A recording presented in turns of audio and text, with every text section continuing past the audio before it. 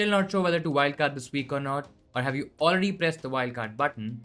Watch this whole video to get a better understanding of how you can maximize your wildcard chip along with the best possible wildcard draft for Game Week 3. Now guys, before we talk about the best possible drafts for a wildcard in Game Week 3, I think it's important to take a step back and understand why you should wildcard in Game Week 3. I think for wildcarding in any week, there are a couple of pointers that you should make a note of. For this particular wildcard in Game Week 3, I think it's important to see your team. It's important to understand what are the players that you don't have in your team currently. Let's say if you are missing 4 to 5 high value key players that have high FPL potential, high point scoring potential, then I think you should also look at the fact that whether you can get to those players in a couple of moves, maybe take a couple of hits as well. But in a case where you can't do that, where you feel that you're far off from the ideal team that you want, I think pressing that wildcard button is the right call, is the way to go, guys.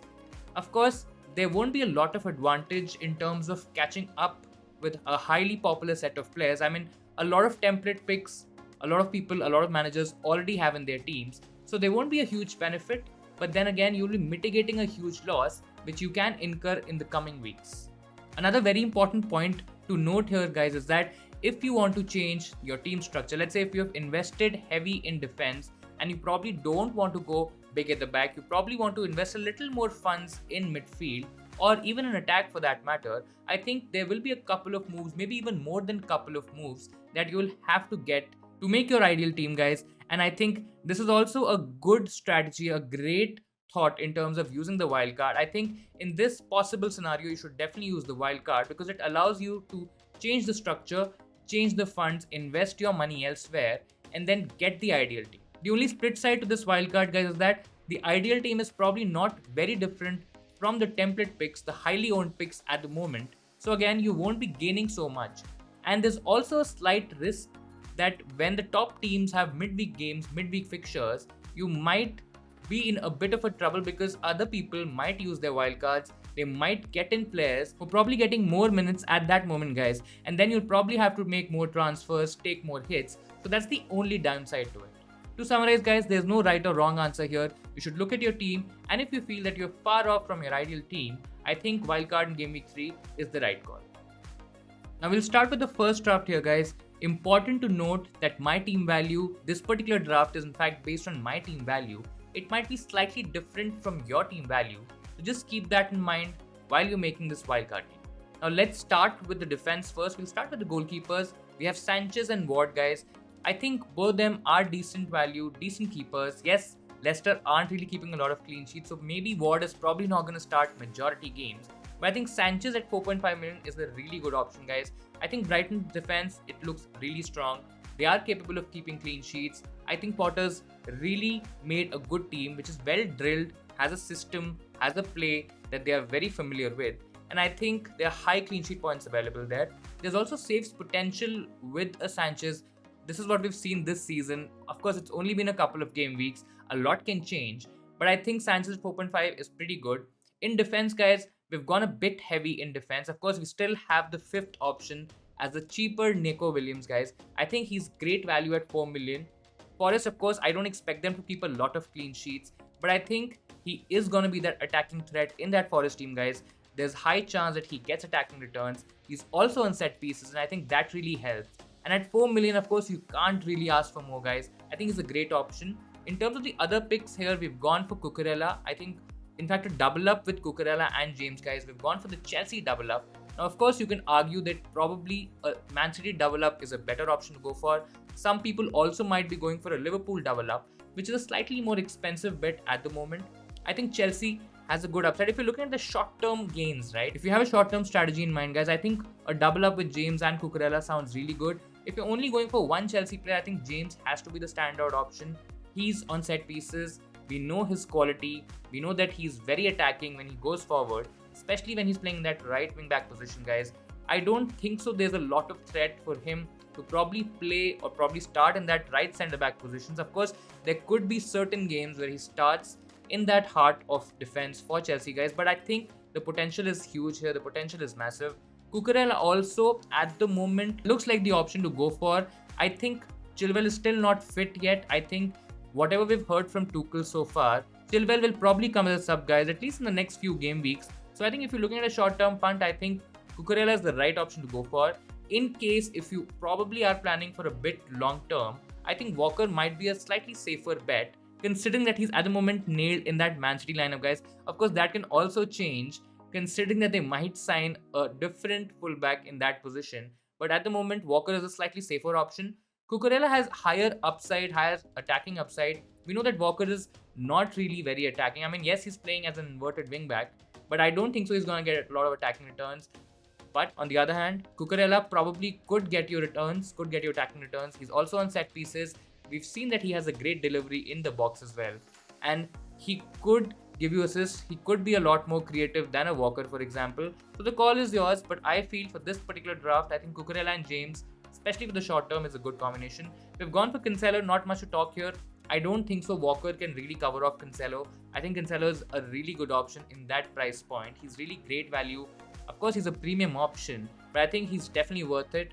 We know that he's gonna play in the midfield a lot many times, and it's really good for his bonus potential as well, because if City keep a clean sheet, I think he's always gonna be in the bonus points unless they really go and score, let's say, 4 or 5 goals for that matter, right? So I think Cancelo is a pretty good option. You can also go for Trent here, and we've in fact gone for Trent. I think he's a standout option in that Liverpool backline, guys. A lot of people might say that Robertson has also been playing well. I mean, I don't really have anything against Robertson here, to be very honest, but I just feel there could be a little bit more value in a Cucurella, for example. Having said that, I don't think Liverpool are not going to keep clean sheets. I just feel they're still not up to 100% at the moment. I mean, they are a bit leaky in defense at the moment. Of course, that's going to get a lot better with Klopp focusing on that defense, guys, and they're gonna keep clean sheets. Robertson has been really occupying great attacking positions, so I really can even go for a Robertson, and we probably talk about a Robertson draft as well.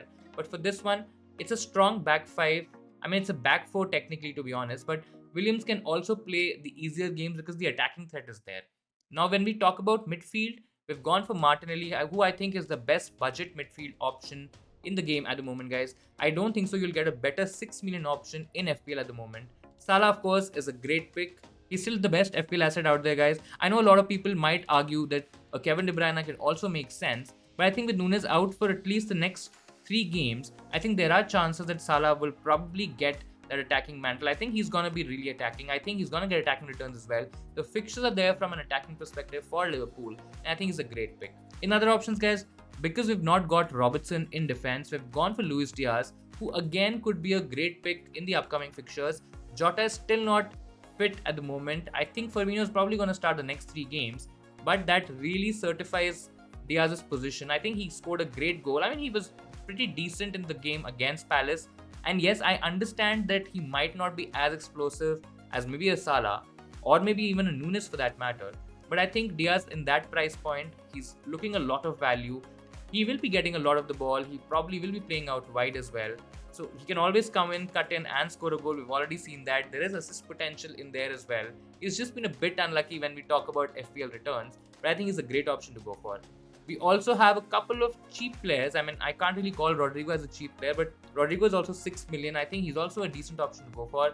You can probably argue that maybe a Pascal Gross is a slightly better option. So if you don't have the money, you can even go for a Gross. You can even save a little bit money by going for Gross, and then you can probably, keep it in the bank, invest it elsewhere, which probably even takes care of the price falls that this team might get in the future. So Rodrigo has decent fixtures, Leeds has decent fixtures. We've seen that Rodrigo is playing quite attacking. I mean, he's playing way forward than a lot of people probably expected. He also has a significant goal threat, which really is, a great thing from an FPL perspective, considering that he's listed as a midfielder in the game. So I think he's gonna get goals. I don't really think that Bamford's injury is a very long-term injury, so probably he's not going to stay on pens for a very long time. But at least till the time Bamford is not playing, I think he's going to be Leeds' first choice penalty taker, guys. And I think that really is very important when we talk from an FPL term. Other than that, we've gone for Pereira here, who's also a very cheap option. I think he's going to be attacking for Fulham. I think he's going to play majority games of Fulham. And yes, you can also play him in the slightly easier fixture. So you have that option, you have that flexibility of, chopping and changing around with Andres Pereira, or even Neco Williams for that matter. But I think it's a strong midfield. It gives you flexibility. You can always play 4 in midfield, and even in the slightly easier fixtures, you can probably play Pereira here. In attack, guys, probably it was too good to be true with the Nunes accompanying Jesus and Haaland in attack, guys. I think there was a lot of money in attack, and probably the FPL gods sent us a message that that's not the right solution. And we've seen that Nunes got the red card. It was a stupid challenge. We're probably not going to get into all of that. But I think it would have been a great front three. A lot of value, of course, but we could have had that flexibility of, maybe downgrading one of these forwards to a cheaper option when the opportunity arose, guys. But right now we've gone for Jesus and Haaland. I think both of them are pretty much template picks, so you're not really gaining a lot from both of these picks. But I think these are must-have picks in attack at the moment, guys. Jesus is really playing well, guys. He's gonna get a lot of goals. He's also creative, so he's gonna get assists as well. I think he's pivotal to how Arsenal play in attack, and I think he's gonna be massive from an FPL perspective. So before he gets more price rise, before his price really rises to a level where you can't afford him, get him in your team. I think he's a great option.